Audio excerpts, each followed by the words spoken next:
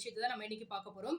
So CSR அப்படின்றது பெரும்பாலும் வந்து பாத்தீங்கன்னா வழக்கினுடைய தன்மையை பொறுத்து அறியப்படாத வழக்குகள் அல்லது அறிய முடியாத வழக்குகள், அறியப்படும் வழக்குகள், அறிய முடியக்கூடிய வழக்குகள், அதாவது காக்னிசபிள், நான் காக்னிசபிள் அப்படின்னு சொல்லிட்டு அந்த வழக்கினுடைய அந்த குற்றத்தினுடைய தன்மையை பொறுத்து இரண்டு விதமா பிரிச்சிருக்காங்க.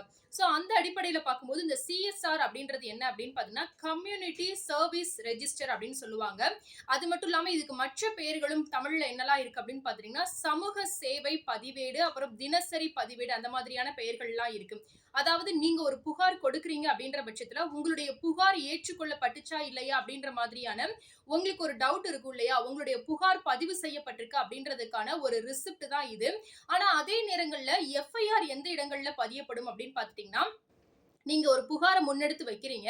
அந்த புகார்ல வந்து சொல்லப்படக்கூடிய விஷயங்கள், அறியக்கூடிய விஷயங்கள். அதாவது ஒருத்தவங்க வந்து என்ன வெட்ட வந்துட்டாங்க. அதுக்கு எக்ஸாம்பிளா இருக்கக்கூடிய மற்ற விதமான ஆதாரங்கள் இருக்கு அப்படின்ற பட்சத்துல, அதாவது இது நடந்திருக்கலாம் அப்படின்னு அனுமானிக்கக்கூடிய விஷயங்கள்ல எஃப்ஐஆர் வந்து ஃபைல் பண்ணுவாங்க. ஸோ அந்த எஃப்ஐஆர்ல என்ன மாதிரியான விஷயங்கள் போடப்பட்டிருக்கும் அப்படின்னு பார்த்துட்டீங்கன்னா, அந்த ஒரு இன்சிடென்ட், அந்த நிகழ்வு நடந்த இடம் மற்றும் தேதி, அது சம்பந்தப்பட்ட நபர்களினுடைய விவரங்கள் போடப்பட்டிருக்கும். ஸோ நீங்க ஒரு விசாரணைக்குண்டான விஷயங்களை முன்னெடுத்து வைப்பதற்கு முன்னதாக நீங்க ஒரு பிரச்சனையை கொண்டு போறீங்க இல்லையா, நீங்க கொண்டு போகக்கூடிய அந்த ஒரு புகாரினுடைய தன்மைகள் வந்து அவங்களிடத்துல பதிவு செய்யப்பட்டுருச்சு அப்படின்றதுக்கான ஒரு அத்தாட்சி தான் சிஎஸ்ஆர், எஃப்ஐஆர் இது ரெண்டும். ஆனா இந்த ஒரு 2 காப்பீஸையுமே நீங்க வந்து காவல் நிலையங்கள்ல இருந்து இலவசமாக ஒரு நகல் பெற்றுக்கொள்ளலாம்.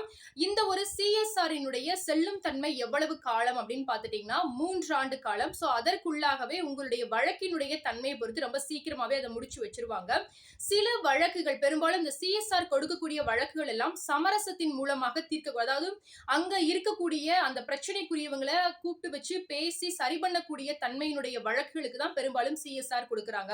ஸோ வந்து எஃப்ஐஆருக்கும் இருக்கக்கூடிய டிஃபரன்ஸ், காக்னிசபிள் அண்ட் நான் காக்னிசபிள் அஃபென்ஸ், அதாவது அறியக்கூடிய மற்றும் அறிய முடியாத வழக்குகளை பொறுத்து இந்த மாதிரியான டீடைல்ஸ். இந்த ஒரு வீடியோ உங்களுக்கு யூஸ்ஃபுல்லா இருந்துச்சு அப்படின்னா லைக் பண்ணுங்க, உங்க ஃப்ரெண்ட்ஸ் அண்ட் ஃபேமிலிஸ்க்கும் ஷேர் பண்ணுங்க, மறக்காம சேனலை சப்ஸ்கிரைப் பண்ணுங்க. இன்னும் வேற என்ன மாதிரியான வீடியோஸ் உங்களுக்கு வேணும் அப்படின்றதையும் கமெண்ட்ல சொல்ல மறக்காதீங்க. நன்றி.